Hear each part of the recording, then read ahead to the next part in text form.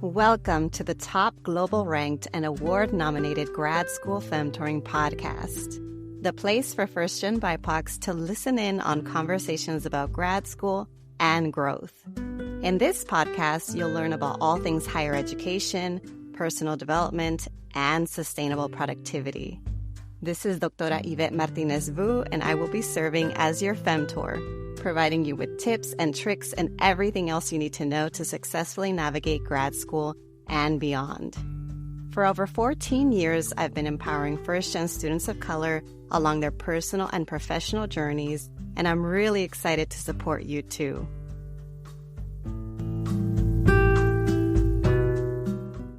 Welcome back, everyone, to another episode of the Grad School Femtoring Podcast. This is your host, Doctora Yvette. And today we're going to be covering the topic of demystifying therapy from a BIPOC therapist perspective. Our guest is Joan Choi, and she is a private practice therapist based in New York City who primarily works with POC and immigrant clients. She supports others through trauma, depression, anxiety, and identity development. I'm so excited to have her on the podcast. Welcome to the pod, so much for Joan. having me. Hello, Yvette. Hello, everyone else. I'm so happy to be here. Yes. So for folks who may not know about you and your work, I would love for you to tell us a little bit more about who you are, about what you do. I know I just shared a little bit, but a little bit more, and whatever you're comfortable about your background and backstory and what led you to becoming a therapist. I'll just start with me and then kind of work my way into my work because it's the kind of flow that makes sense to me. I am Korean and American by citizenship. So my family is Korean. I grew up mostly in Korea and spent a little bit of time in the U.S. And then I moved back here for college. So I've been here on my own. So I'm kind of a first-gen immigrant in the sense that I moved here on my own, but not in the sense that I kind of happened to be born in the States. Because my dad was working here at the time. So it's a little bit of a complex backstory. But yeah, I've been here on my own in the U.S. For many decades now. And I studied psychology and sociology in college. I moved to New York after college because I had no idea what I wanted to do with my life and I had no jobs lined up. So I just kind of came here on a whim, and I worked in hospitality for a long time. I was bartending for many, many years. One of my regulars was a therapist, and after talking to her a few times, I kind of decided that it was a track that I wanted to try out. So I started to prepare, and then I was in grad school, and then, one day to the next, I wake up and I am working in my own private practice. So in my private practice, which is Joan Choi Mental Health Counseling, I work with primarily AAPI clients and BIPOC clients and immigrants and children of immigrants. I welcome anyone and everyone from any oppressed community as my client. And like you mentioned, most of the major concerns that I work through are trauma, anxiety, and depression. And I have a big focus on supporting folks through racism, and racial identity related topics as well. So that's kind of the work that I do. It's very important to me that I am continuing to learn and practice anti-bias and anti-racism, which is an everlasting and ongoing process. And trauma-informed care, which is another really, really important pillar of my work. Let's see, is there anything else? That's kind of my therapy work, specifically. And I also work as a speaker in speaking engagements related to mental health, and also as a facilitator / MC in a lot of different contexts. I'm trying to wear many, many hats at the same time, and that's where my work is at right now. Yeah, I can relate to the piece of wearing many hats and also serving members of all oppressed communities. I I was going to ask, I mean, one of the questions that I was originally thinking of asking you was like, what drew you to becoming a therapist? And you kind of hinted at it by saying that you had a regular when you were, it Yeah. was when you were bartending, Yes. yes, who was a therapist. But I'm curious, I mean, you were interested in Yes. psychology in college. I mean, that was clearly an interest from based on your major. How did you arrive? Like, was there a moment or was there a series of events or like, how did you realize, wait, I think that's the thing that I want to do? And then from there, I'm sure it took some time, but, um, what led you to focusing and Well, honing in on things like well, trauma informed work? So I know those are big questions, but I'm just curious kind of how you arrived at this line of work because I know that a lot of my listeners are first gen BIPOCs and some of them are interested in psychology, and a lot of them are probably interested in topics related to race and racism, trauma, anti-oppression, anti-bias work. So I'm just curious, like, what that was like for you. How did you get to yeah. those Yeah, so interests? I obviously did have an interest in psychology and sociology, which sociology I think is a really big part of me being a therapist as well, because it really allowed me to understand the world on a deeper level, much more than I used to understand before. So it really opened my eyes to things like racial identity or white supremacy, misogyny, patriarchy, a lot of these systems, right, that we're trying to work against or break through. I kind of gained my knowledge during that time in college. So in terms of becoming a therapist, so when I was a bartender, in many ways, not always, but in many ways, being a bartender is similar to being a therapist. And I had a lot of people every day at work being like, "Oh, you're basically a therapist. You're basically a therapist." So the idea was kind of like percolating in my mind. But in Yeah. back then, I had this incorrect notion that to be a therapist, you had to go through a PhD program. And that was just not something that I thought I had the capacity for, nor the Mm. desire to do. So it was just kind of like, oh, maybe I could be interested in doing that as a career, but I probably can't because the kind of like barriers through education, and also education is very expensive, right? So I just kind of discounted it off as a possibility for myself until that regular and I started to talk, and she was like, actually, I just have my master's, and it takes this many years, and she kind of walked me through the process. And I think it happened at an opportune time that, that was like several years after graduating college, several years of feeling lost and not knowing what I wanted to do, but also at the same time not willing to succumb to the pressure of just kind of joining any corporate setting. So I was really wanting and needing a path Mm. forward. So when I got the information that it actually takes this many years, and not what I had expected originally, I just kind of fell into it. I like started with studying for the GMAT, and then I got that out of the way.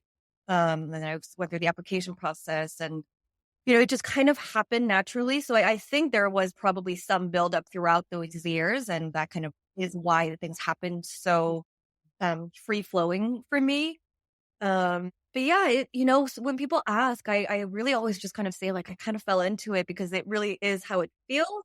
But then I remember I'm like, actually, I did Mm. major in psychology and sociology, right? I did have these things that kind of pointed towards this direction. Um, and as to the work that I started doing as a therapist, in grad school, and I went to a program that kind of prides themselves in being multiculturally competent and putting a lot of focus on culturally competent care. And, that wasn't completely false, right? There is some of that for sure. But at the end of the day, it was an Ivy League institution ran by and for white people. And I started to kind of see the reality of the field of therapy very quickly. And also back then, I also started my own therapy because surprisingly, until then, I was like, I don't need therapy. I'm not. It's not that serious. I'm not the kind of person who needs therapy. And then I started school, and I was like, actually, never mind. That's it's just simply not true. So I started just finding my own therapist, and I had all these experiences with white therapists because at the time I didn't know. I didn't know that what I actually needed was a person of color or um, anyone who's not a white man, right? And that's kind of who I ended up with as my first therapist. And I was like, something feels really off here. Something just doesn't feel right. I'm not feeling the way that I think I should feel, working with a therapist. So that started to kind of plant some seeds into my mind. And then, as I was finishing the program, I was doing my internships. I just saw so many gaps. And the people that were falling through the gaps were people of color. It was the oppressed people. It was people who didn't have all the privileges that many people who are therapists or seek therapy have. Um, so I was kind of always interested as I was developing my education and career in uh, making sure that I was available for people who actually needed a therapist like me. Which means if I'm just simply putting it right, white people, white clients have enough therapists that they can go to. People of color don't, they really don't have enough therapists. And it's gotten much better, I think, since I graduated school. But back then it was much more harder to find someone who aligned with their identities. So that was partly intentional. I knew that I wanted to go in that direction. And then once I actually started working, my clients self-selected me, right? So I think the market, the clients knew that they wanted an Asian therapist or a Korean therapist or whatever of my identities and intersecting identities drew them to me. So it was kind of like a combination, right? So it was like me wanting to do that, and then clients, AAPI clients, BIPOC clients, were the majority of the people that were kind of contacting me for consultations and sessions. So it was kind of like a happy marriage of what I wanted and what the people needed. And we were able to kind of fit together like that. Yeah. That's great. That's great to hear. I want to backtrack a little because you mentioned that when you were first trying to figure it out, you had a misconception around, oh, therapists need to Yeah. get a PhD and I don't want to get a PhD. You're like, it's too Or, much work, too much time, too much money. And I can imagine there might be a lot of other misconceptions that go around about therapy, not just like how to become a therapist, but also what therapy is, how to get started. And these are the barriers that get in the way of more BIPOC folks getting therapy and more BIPOC folks becoming therapists and more BIPOC folks getting access to BIPOC therapists. So it's all like part of this like vicious cycle of the many reasons why we're not able to get the support that we need.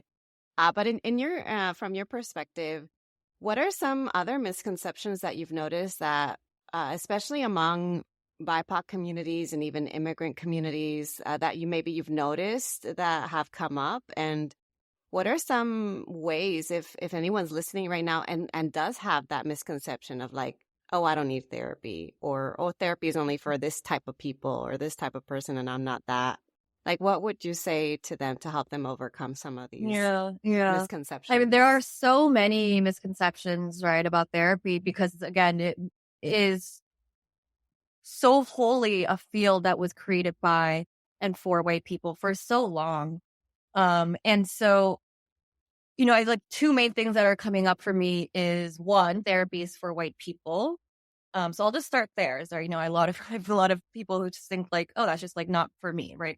Immigrants or BIPOC folks, they just feel like therapy or going to therapy is I really just don't know how other way to say it. And they really just say that it's like a white people thing, right? White people go to therapy. We don't go to therapy. My family never goes to therapy. No one I have never known goes to therapy.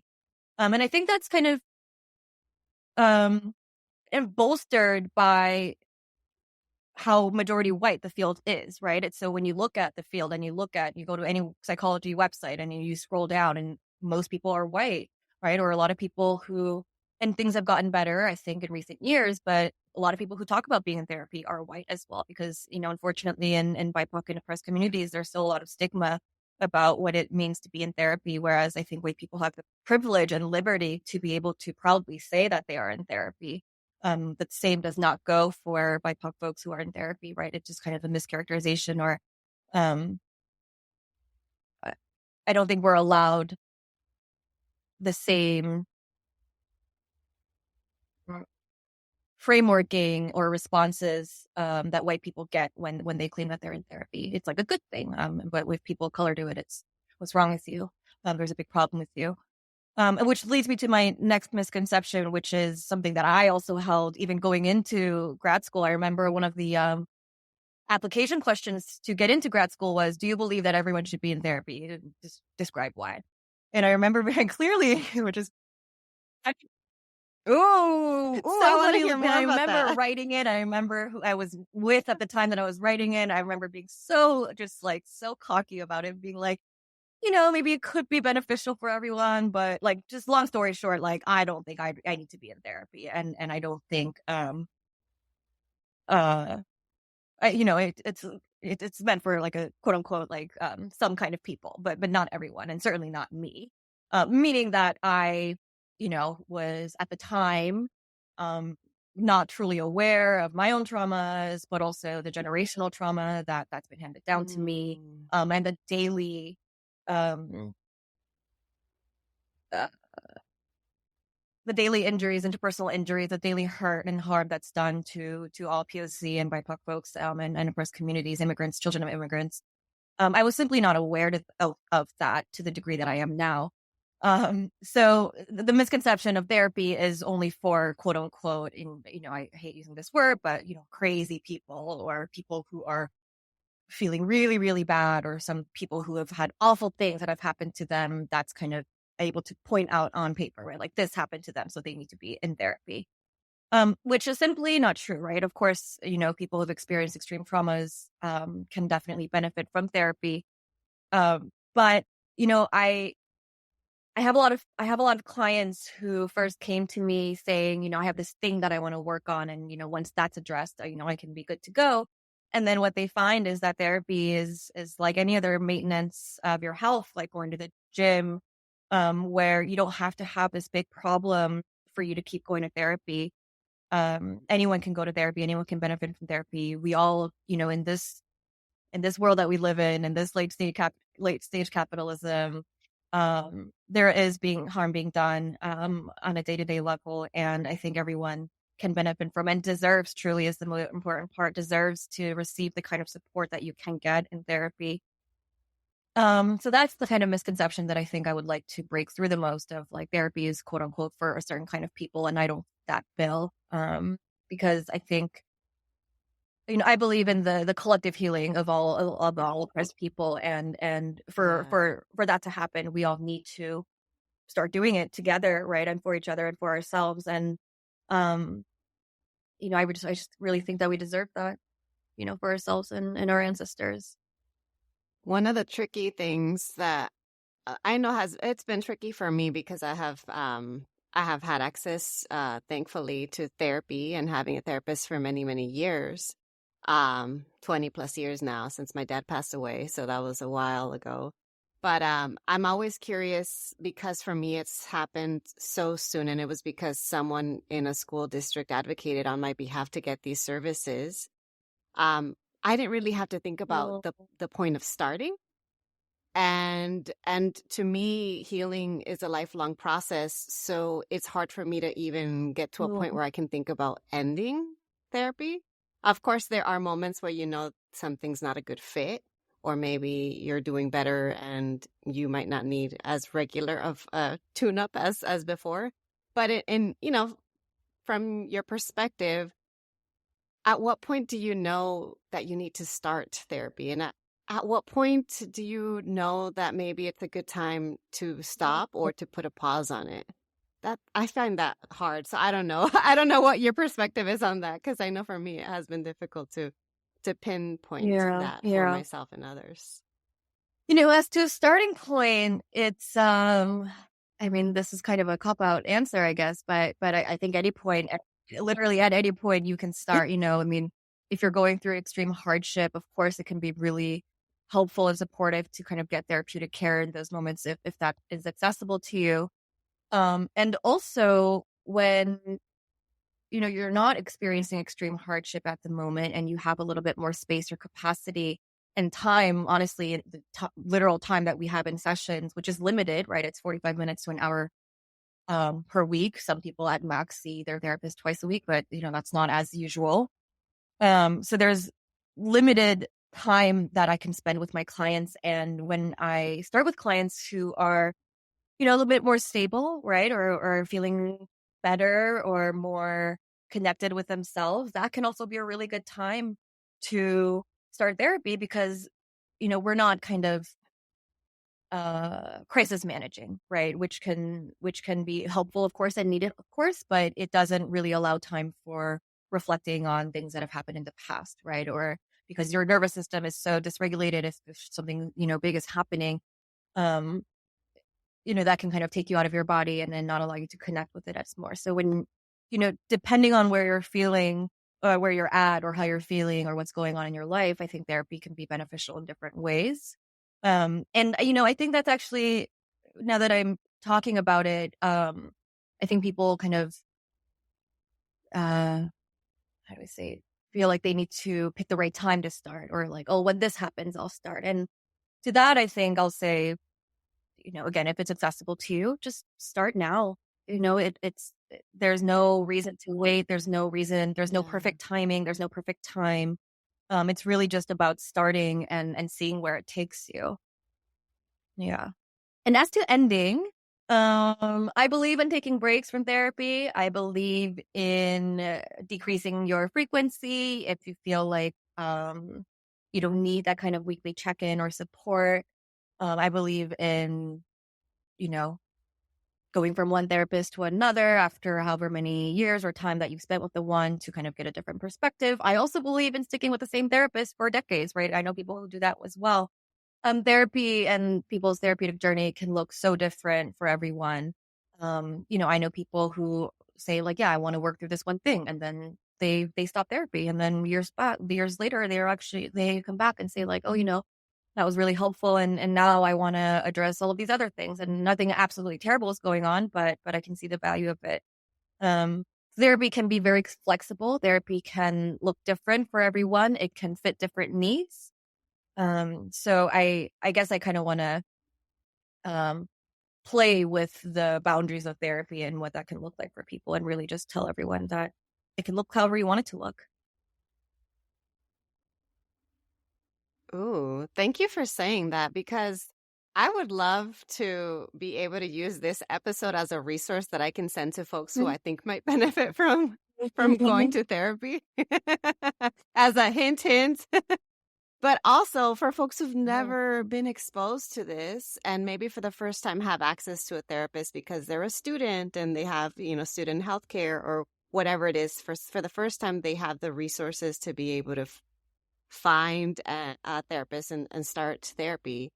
I'm curious, like, what is that process like? Like, how do you know what to look for in a therapist? And also, I was going to say, what does a typical therapy session look like? But you just kind of broke that down into like, there is no typical way, as in like, it can look very differently depending on the modality. But I guess more so, let's start with, how do you even find a therapist? Like, how do you know what to look for in a therapist? There's so many out there. You just go to Psychology Today and it's a bunch.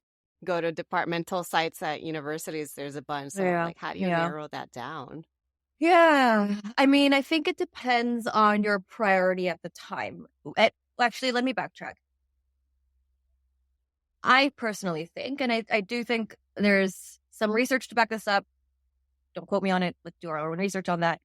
But I also personally believe that the rapport between the therapist and the client, and the person-to-person fit, might be one of the most important things. As in, like any other interpersonal relationship, I need to be able to connect with you, right? And I don't think that's going to be a given. When a therapist and a client meets, an automatic connection is not assumed. That's something that you would need to see if that's either there or buildable.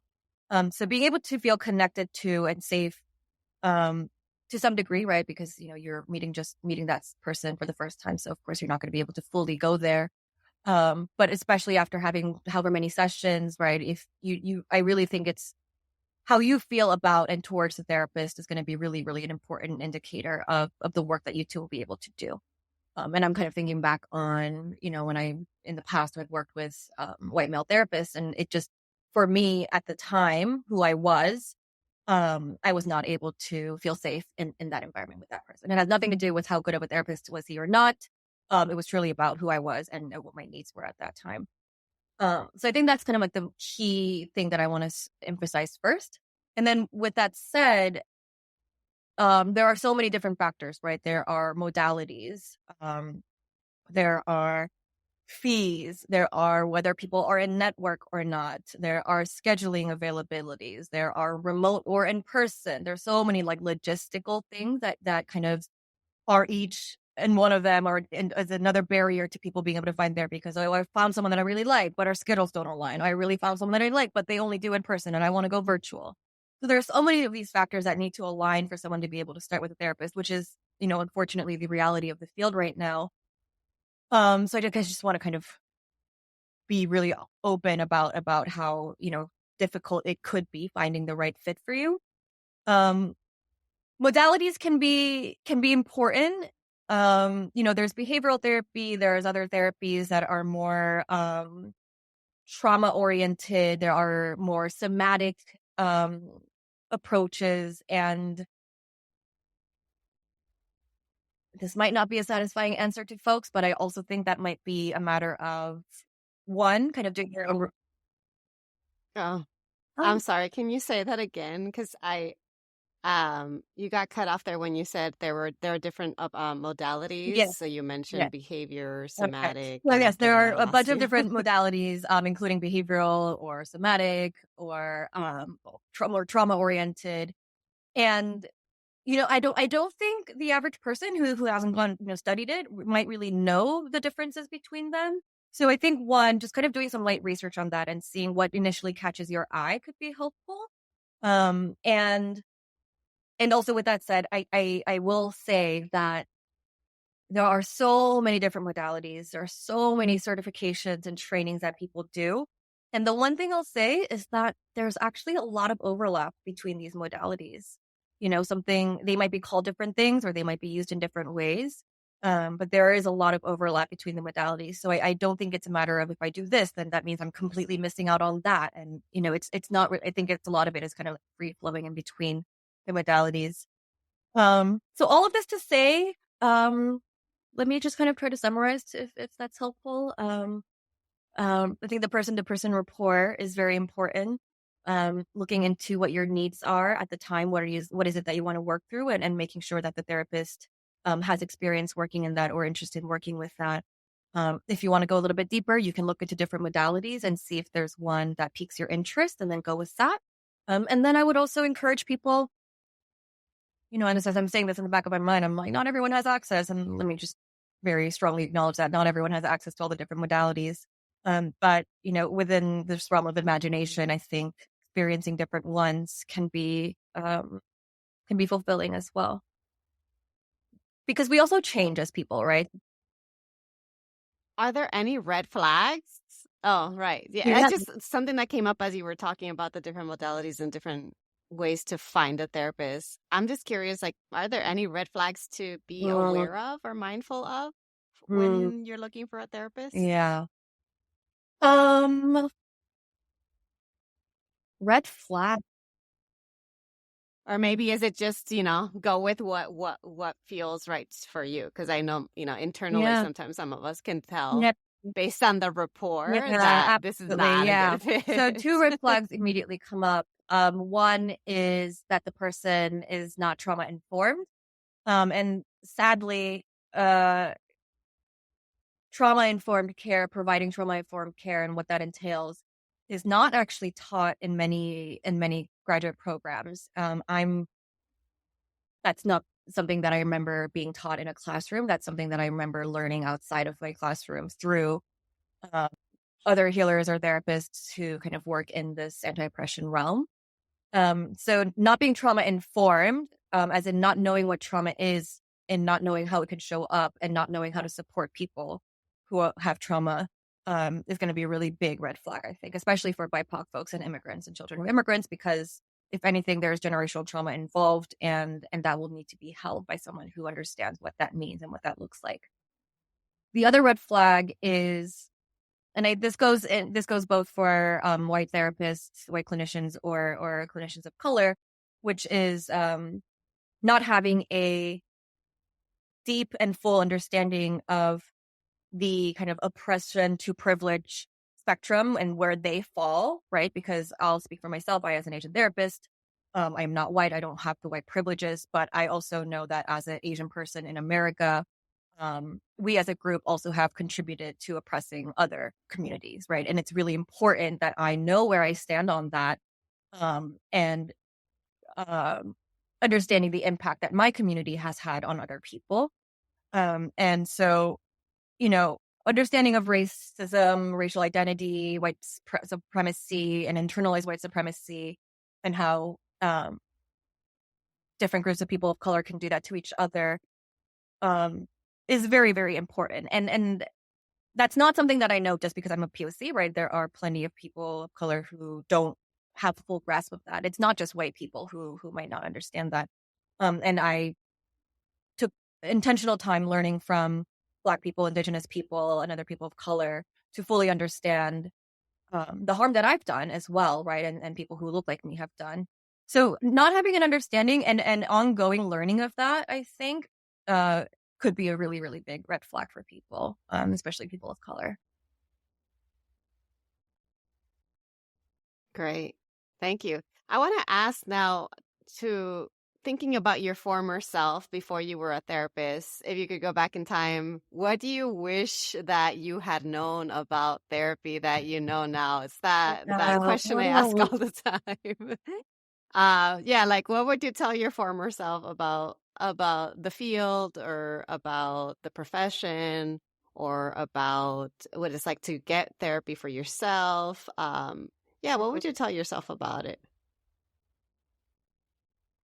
And if not, then maybe think about the current generation of youth who is new to therapy. Perhaps what advice would you give them, especially members of the BIPOC and immigrant community? I think the first thing that immediately came up is that I deserved it, right? Because I think that's kind of what kept me from going for a long time, is that I didn't think it wasn't that bad. It's not that serious. You don't need to go to therapy. There's so many worse things that are happening to people, and you're not one of them.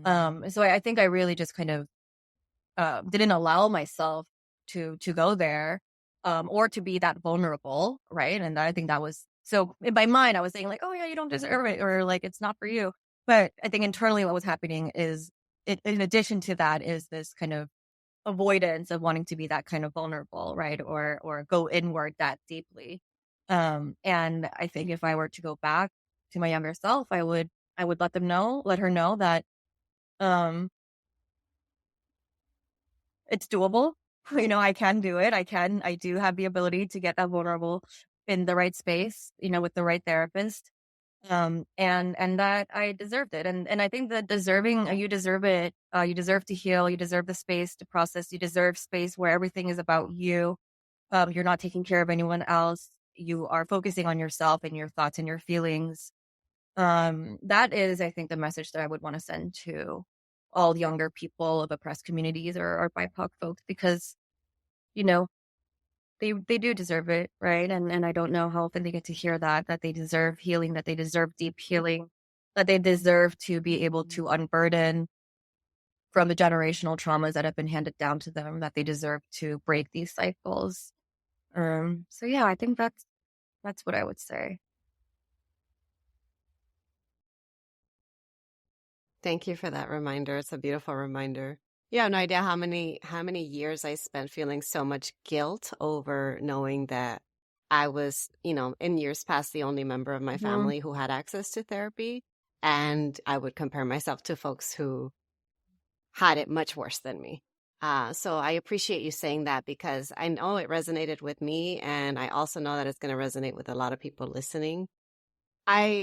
I guess we're getting close to wrapping up, so I wanted to see if there's any other closing words or anything else that you wanted to share today with us. And if not, let us know how folks can connect with you, can find you, can support you in your work, can hire you for their next speaking engagement, or even, if you're going to have any openings. And also where you practice too, because I'm assuming you're practicing in New York. I'll start, I guess the final word, gosh, it just kind of immediately popped up when you asked, is, and I'll just kind of use a comparison, is if you're looking for a therapist or starting to kind of explore that part of your life, just remember that it can be hard finding a right therapist. It's really very similar to dating. And it's in many ways similar to online dating in this day and age, where it's so many options to go through and so many barriers and so many logistics that you have to work through that have to align for things to work. And, I, as a person who experienced it on that end, and also as someone who hears about it constantly as on the end of being a therapist, um, the entry to the barrier of entry to starting therapy and then finding the right fit can be so big and be so discouraging to people. So like I might say to folks who are dating, I would say to people who are looking for a therapist, don't give up, take breaks if you need to. But know that it's possible, there will be a person that is a good fit for you. It is, unfortunately, a matter of sometimes having to weed through the ones that are not a good fit for you. But advocate for yourself. If someone's not a right fit, you don't have to be there anymore. You don't owe them an explanation. If someone feels unsafe or whatever it is, advocate for yourself, stand up for yourself, and take care of yourself in that way. So that's what I would say to people about therapy. And as to me and my work, people can find me at www.joanchoi.com. You can also look up Joan Choi Therapist, and Psychology Today will lead you in the right direction. My email address is silly long, so I'm not going to read that out here because I'm going to remember it. And yes, I am available for speaking engagements. I am available for emceeing and facilitator gigs. I am available as a couples and individual therapist. I'm always welcome to referrals. And if I myself don't have space, I am always happy to redirect clients to folks who might align with what they're looking for. So I do encourage folks to reach out, and hopefully I'll be able to help in one way or another. Wonderful. Well, we'll make sure to include the links in the show notes so folks can easily access you and your work. And I just want to say thank you for coming on the show today, for sharing your wisdom, your knowledge, your insights, sharing everything that you shared today, all the gems. Thank you so much, Joan. Sorry. Thank you so much, Joan.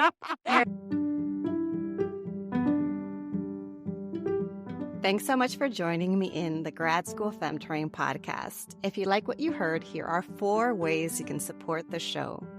The first is to make sure you're subscribed and leave a review on Apple Podcasts. If you email me a screenshot, I'll send you a surprise freebie. The second way is to get your copy of my free Grad School Femtoring resource kit, which includes essential information to prepare for and navigate grad school. You can access it at the link in today's show notes. The third way to support my show is to follow me on social media. You can find me on Instagram with the handle @GradSchoolFemtoring and on LinkedIn by searching my name. The last way to show your love is to order a copy of Is Grad School for Me, my graduate school admissions book for first-gen BIPOCs. Thanks again for listening, and until next time.